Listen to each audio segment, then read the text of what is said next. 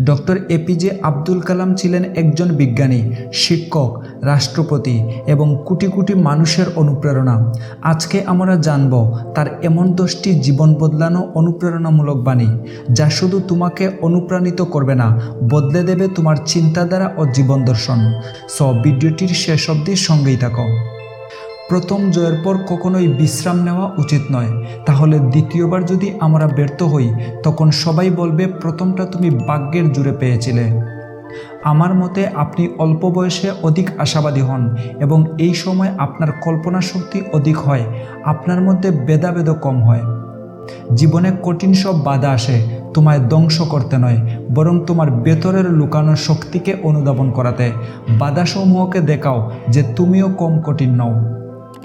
যদি তুমি ব্যর্থ হও অর্থাৎ ফেল করো, তাহলে মোটেই হাল ছেড়ে দিও না, কারণ ফেল শব্দটার একটা অন্য মানে আছে, ফার্স্ট অ্যাটেম্প্ট ইন লার্নিং, অর্থাৎ শিক্ষার প্রথম ধাপ। ওপরে ওঠার জন্য শক্তি দরকার, সেটা মাউন্ট এভারেস্টই হোক বা আপনার পেশা। ব্যর্থতা নামক রোগের সবথেকে ভালো ঔষধ হলো আত্মবিশ্বাস আর কঠোর পরিশ্রম।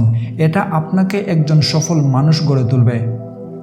প্রথম সাফল্যের পর বসে থেকো না, কারণ দ্বিতীয়বার যখন তুমি ব্যর্থ হবে তখন অনেকেই বলবে প্রথমটিতে শুধু ভাগ্যের জোরে সফল হয়েছিলে। যতক্ষণ না ভারত দুনিয়ার সামনে নিজেকে মেলে ধরবে, ততক্ষণ কেউ আমাদের সম্মান করবে না।